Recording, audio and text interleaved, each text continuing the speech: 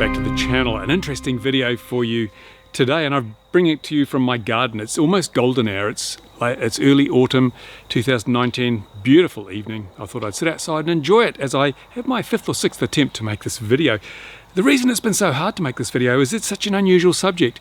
Now, we all know that the media has been setting out to vilify drones. It's hard to see a day go by without a drone story where drones have been demonized. You know, they're trying to bring down airliners, they're trying to spy through people's windows, basically they are just bad, and people are shooting them out of the sky because the media has become so infatuated with portraying them as evil devices. Now, here in New Zealand, we've had a couple of other parties vilifying drones. One of them, as I've mentioned in previous videos, is the New Zealand Airline Pilots Association. They have done their best to vilify drones and demand that drones be registered and more regulation be put in place. The other party is Airways. Now, Airways is a company. It's a company that's been set up by the New Zealand government, but it is a for-profit company. It's not a regulator. It's not like CAA who make the rules. Airways are there to manage the airspace. And there's a difference between making the rules and managing. CAA basically make the laws that say you cannot do this, you cannot do that, you must do this. And Airways are responsible for providing services like air traffic control and other things that commercial airline operators have to purchase at a fixed price, at a price that the Airways Corporation set. So Airways is extremely profitable. In fact, if you look at their financials for the last year, they had a turnover of almost $250 million New Zealand dollars, and that's nearly $7.50 American. It's a lot of money. So they have a license to print money. And even more interesting, if you look at the return on capital, it's over 21%, and the return on equity is over 21%. Huge figures that usually are only seen when you're looking at a company that has some kind of monopoly, whether it's by way of a patent or a trade secret or a government-gifted right to control something, which is what Airways has. It's a right to control the airspace for commercial and full-size aviation activities. Right. So what got me so worked up this morning was I went to a website called Airshare, which is created partly by Airways, and I found this app. They're promoting this app, which is called Tracker. Now, Tracker is an app that serves no purpose other than to make it easy to complain about drones. That's what the Tracker app was designed for. If you look at that, it's got a simple 1, 2, 3 process for filing a complaint about drones. And you just take a photo, then click a button, and the app will send the GPS coordinates and the photo and any other information you've typed in off as a complaint. And then step 3, you wait around, and a few minutes later, seemingly, you get a response back telling you what's happened to your complaint. Now, this is outrageous, because what's happening here is Airways are attempting to fudge the figures. They're attempting to pervert the natural statistics associated with drone use. Now, every time there is a drone incident reported in New Zealand, Airways is there issuing press releases saying, this proves we need compulsory drone registration and more regulation. Because they have this monopoly over manned aviation. They can provide services to manned aviation. Nobody else can, air traffic control and so forth. And they can see that unmanned aviation is big, and it's going to get much bigger, and that's where the money will be in the future. And Airways is a company, it's a corporation. Its primary goal is to make the biggest possible return for its shareholders, which is profit. It has to make as much profit as possible. And if it has no control over drones, then that profit will be eroded as more and more freight services are handled by drone, as more and more commercial photography and so forth is done by drone.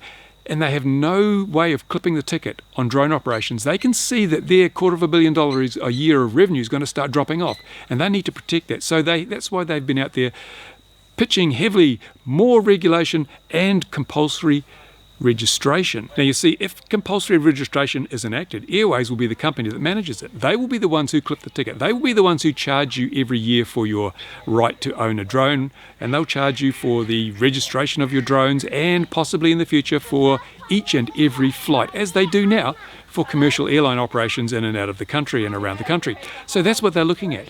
But their pitch, they're rolling out these press releases at each and every opportunity when there's a drone incident, hasn't worked. The regulator, CAA, hasn't said drone regulation. They haven't made a rule to require drone regulation. So Airways is obviously thinking, what can we do to force the hand of government, to force the hand of CAA to require drone regulations? And this move is an incredibly unethical, dishonest move on their part. I would call it almost fraud, in my honest opinion.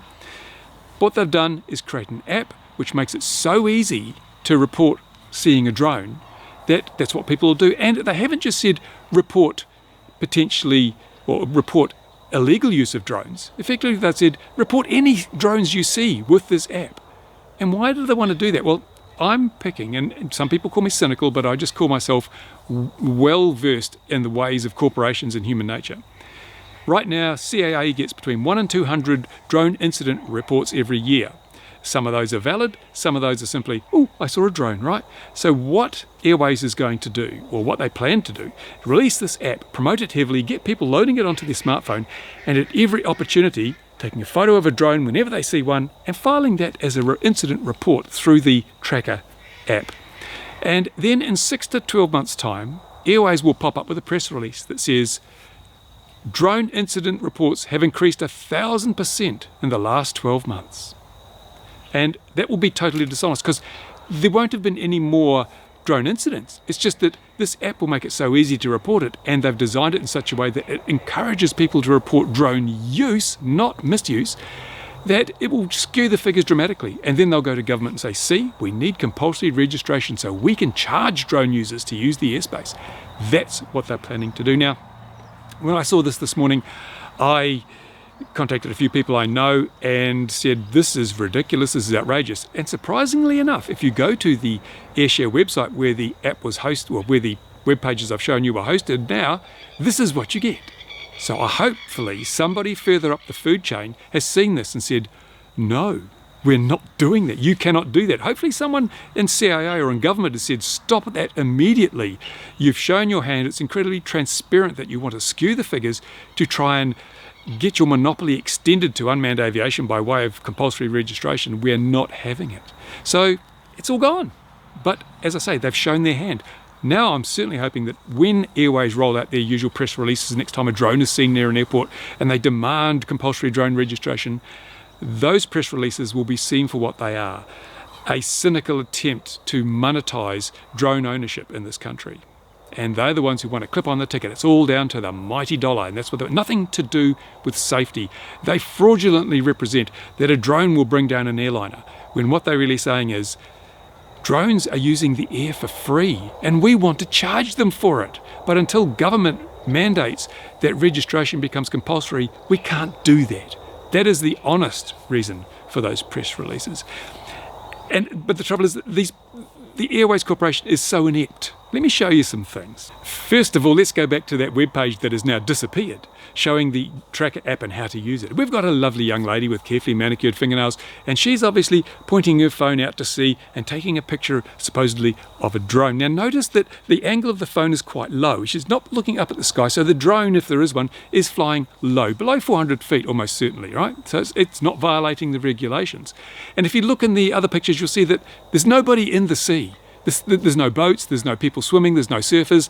It's completely devoid of person and property. So you would think that it's probably a fairly safe and sensible place to fly a drone from the point of view of safety if you are 100 metres out to sea and 50 metres above the surface of the ocean. You're not going to harm anybody out there. It's one of the best places from a safety perspective to fly a drone. But Airways are saying, you should report that. You should report that to us so we can add it to our list of drone incidents.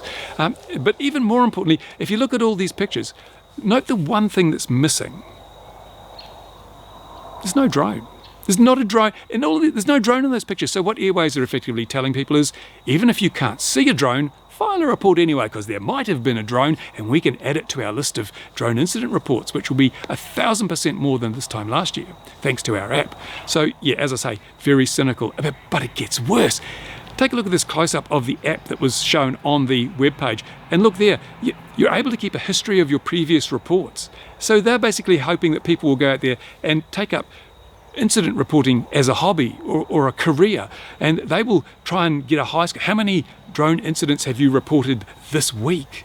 Oh my goodness, look, I've got 20. How many did you do? Oh, I did 15. You need to report more. And so it's like gaming, making it into a game to encourage people to become like Pokemon, but with drones. This is what they're trying to do. They're trying to do anything they can to artificially raise the number of incident reports and therefore skew the figures to justify their case for compulsory registration. Outrageous, unbelievably bad, but as I say, they've shown their hand now.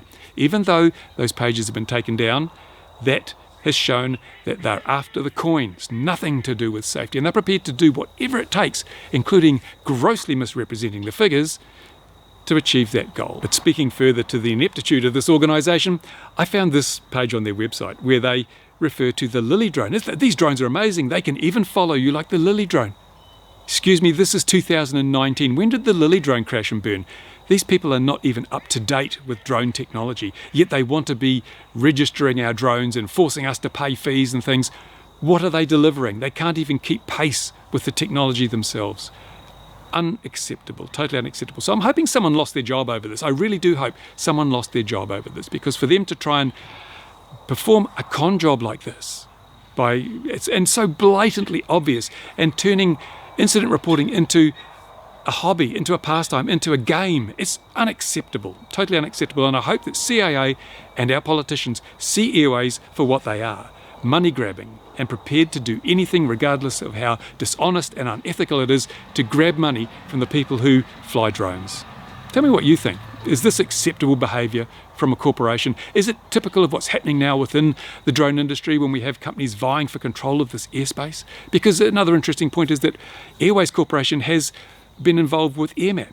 And AirMap is a company that is trying to create a UTM, an unmanned traffic management system, a drone equivalent of air traffic control. So they have gone out there and they went to their investors, I believe, and pitched that AirMap was going to create a UTM, and that UTM would be able to charge drone operators on a per flight basis to use the airspace.